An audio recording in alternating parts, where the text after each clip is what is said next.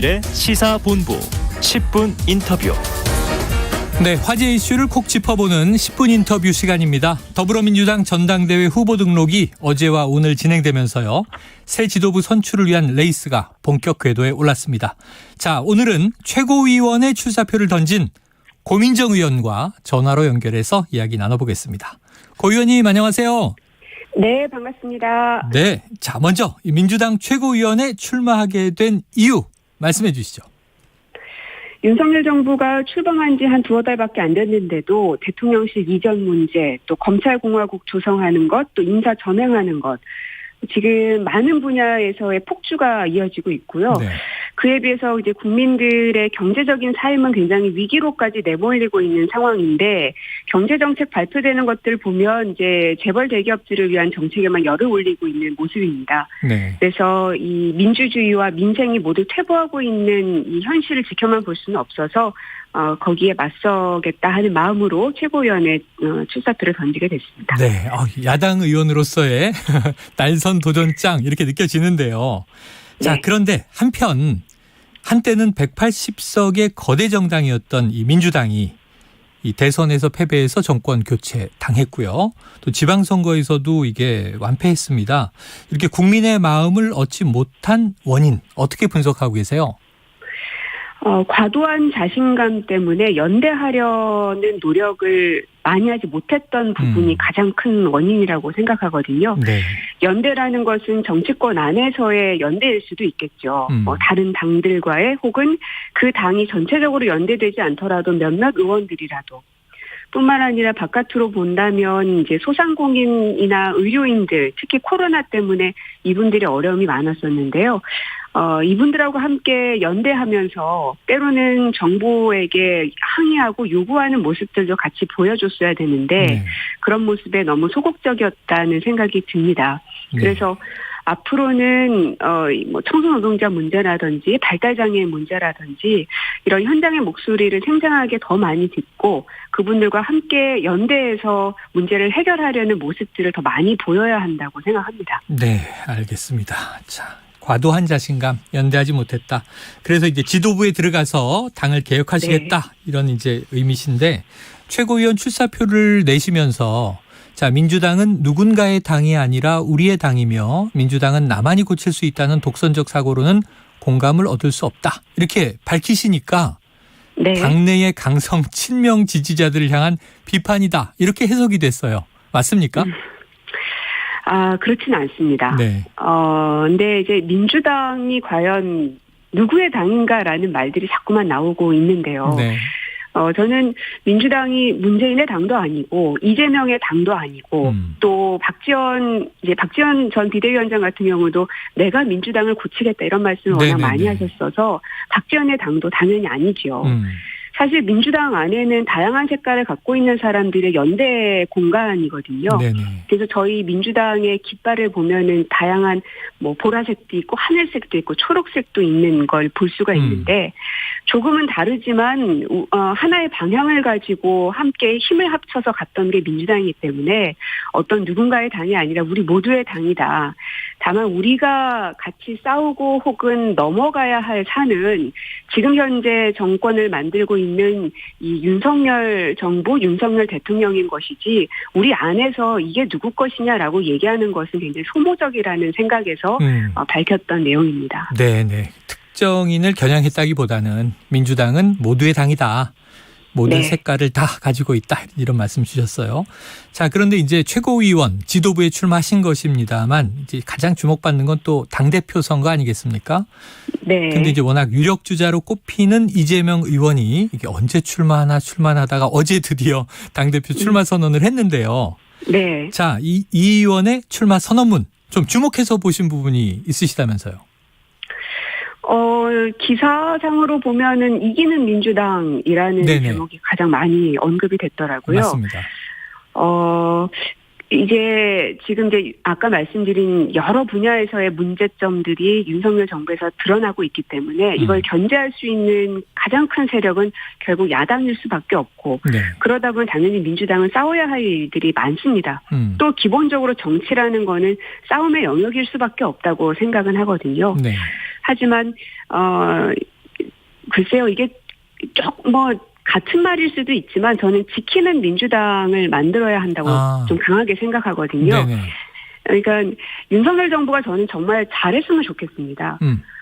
저희가 이겨야 할 정파이고 대통령의 그 정당이기는 하지만 그건 그거고 대한민국 전체적으로 봤을 때는 이 어려운 코로나 이후의 상황을 혹은 우크라이나 전쟁 등을 통해서 불안정해져 있는 이 외교 상황들을 현명하게 잘 넘어가야 되는데 그렇지 못한 대한민국의 모습을 윤석열 대통령 스스로가 지금 보여주고 있거든요. 네.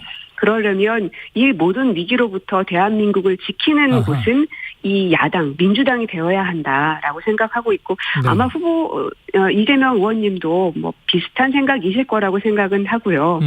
이제 다만 개혁의 적임자라는 것에 대해서는 저도 동의하고 많은 분들이 그렇게 여기실 거라 생각이 듭니다. 네. 근데 그와 더불어서 본인 스스로에게 얽혀져 있는 여러 가지 사안들이 있기 때문에 스스로 넘어야 할 산들도 많다. 거기에 대한 우려들도 많이 있기 때문에 어떻게 현명하게 대처하실지는 저 또한 계속 지켜보고 있고 많은 분들도 함께 바라보고 있다고 생각합니다. 네. 거의 지금 이재명 의원 당대표 후보가 되신 거죠.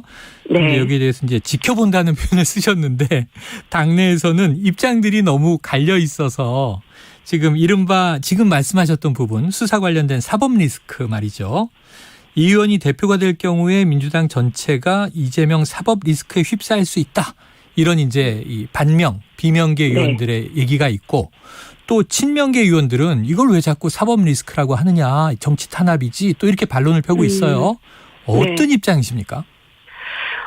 그게 사법 탄압이든 사법 리스크든 이름을 뭐라고 명명하든지 간에 그것 하나만으로 민주당 전체가 휩쓸리고 막 물에 떠나려고 가듯이 그러지는 않아야 한다고 생각합니다. 네네네. 그렇기 때문에 전당대회라는 게 당대표 한 사람을 뽑는 게 아니라 여러 사람의 최고위원을 뽑아서 하나의 어떤 협의체를 만드는 것이잖아요. 네. 그래서 이제 더 다양한 사람들이 최고위원을 구성해야 될 필요성도 있는 것이고요. 그러니까 최고위원 지도부를 다양하게 구성해야 되고 이재명 의원에 대한 사법 리스크든 탄압이든 이것 때문에 민주당 전체가 떠내려가지 않도록 해야 한다.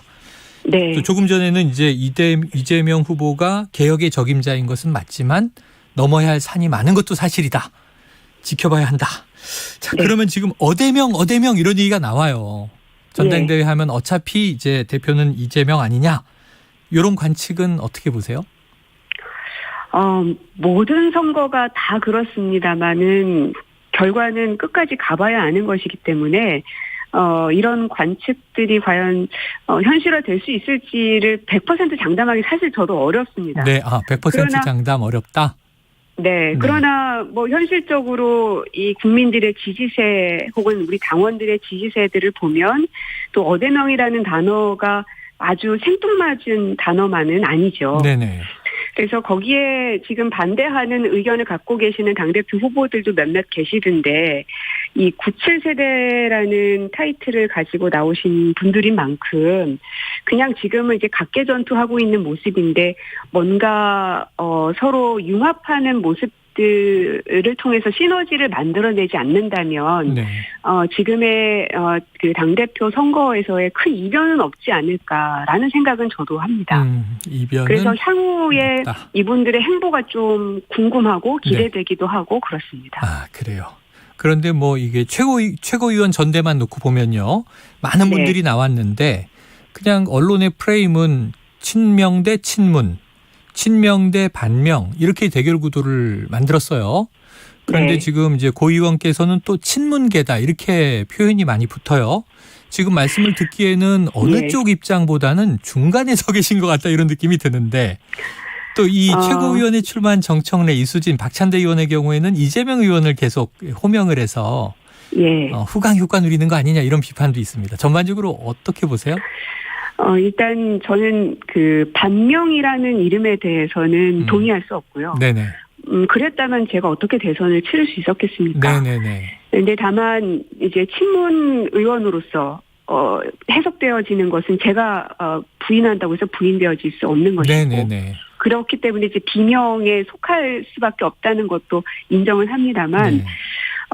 이게 완전히 다른 생각들을 가진 의원들은 아니거든요. 그래서 누군가의 그 이름을 계속 거명하고 이런 것보다는 이제 자신의 콘텐츠를 가지고 당원들에게 어필하는 것이 당연히 중요할 테지만 제가 보기에도 다른 최고위원 후보들도 다들 그렇게 하고 계시는데 이상하게 언론의 기사들은 이재명 의원님을 언급한 것들만 자꾸 확대 재생산되다 보니까 마치 그분들이 그것만 얘기하는 것처럼 보도되는 것은 저는 글쎄 그분들도 좀 억울하실 거라는 생각도 좀 들거든요. 네. 그래서 지금의 이 전당대회는 이재명 의원님을 둘러싼 대회가 아닙니다. 민주당이 윤석열을 어떻게 견제할 것인지를 구성하는 대회라는 점, 네. 우리가 그 초점을 맞춰야 되고 온 집중을 해야 될 사람은 바로 윤석열이라는 점을 잊지 않았으면 좋겠다 하는 말씀을 드리고 싶고, 아마 지금 이제 앵커님께서 말씀하신 이제 저에 대한 이쪽도 아닌 것 같고 저쪽도 아닌 것 같고 이런 스탠스가 지난 대선 경선 때부터 제가 이재명 후보님, 이낙연 후보님 어느 쪽에도 서지 않다 보니까 그랬던 것 같아요. 근데 이제 그때 마음이나 지금이나 이제 변함없는 것은 제가 이제 문재인 정부의 구성원으로서 국회까지 들어와 있기 때문에 친문이라고 하는 거는 저희 민주당 전체가 친문이죠. 전체가 친노이고 친기재이고 어떻게 거기에서 벗어날 수 있겠습니까? 이제 다만 향후 그 어떤 정권을 만들어갈 사람을 굳이 고르라고 한다면 누구를 고를 것인가에 대해서는 판단하기가 너무 어려웠고 그래서 최종 후보가 되시는 분에게는 당연히 200% 힘을 쏟겠다라고 말씀을 드려왔던 것이 지금까지도 계속 이어지는 것이어서요. 여전히 내가 왜 최고위원을 나왔나 그리고 민주당이 어느 방향으로 가야 될 것인가를 묻는다면 반윤을 향해서 우리는 똘똘 뭉쳐야 한다라는 말씀 계속 드리고 싶습니다. 알겠습니다. 반윤이다. 그래서 이 현재 벌어지고 있는 현안 좀 여쭤보려고요. 자, 주말 사이에 대통령실 사적 채용 논란이 불거졌어요. 이 윤 대통령과 권성동 국민의힘 원내대표의 지인 아들인 우모 씨가 대통령실의 구급행정요원으로 채용됐다. 자, 이 논란의 핵심 어떻게 보십니까? 일단 본인이 꽂은 건 인정한다라는 이제 내용이었고, 문제는 이해충돌 부분일 것 같아요.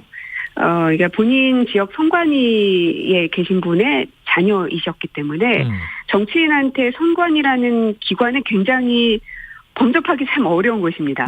왜냐하면 선거법 위반 행위, 뭐 정치자금 지출 이런 모든 것들을 감사하는 곳이 선관위이기 때문에 굉장히 눈치를 봐야 하는 게 당연하기도 하고요. 그리고 되게 무서운 존재이기도 하고요. 그런데 이제 그 지역 선관위와 관련된 누군가가 본인이 이 자리를 봐준 것이기 때문에 이해충돌 부분에 있어서 뭔가 문제가 되지 않을까. 그래서 그 부분을 좀 명확하게 들여다볼 필요는 있을 것 같습니다. 네, 알겠습니다. 이해충돌 문제를 명확히 들여다봐야 한다. 여러 가지 의혹과 논란이 있으니까 한번 지켜보도록 하죠. 아유, 여쭤볼 게 참 많은데 지난 정부에 계셔서 탈북어민 강제 북송 문제도 여쭤보고 해야 되는데 시간이 다 돼서 다음에 한번 스튜디오에 모실게요. 아이고, 너무 시간이 짧네요. 네, 그렇죠. 아쉬우시죠? 아쉽습니다. 다음에 다시 불러주시면 또 말씀 나누도록 하죠. 청하도록 하겠습니다. 오늘 말씀 고맙습니다. 네, 고맙습니다. 예, 지금까지 더불어민주당 고민정 의원과 이야기 나눴습니다.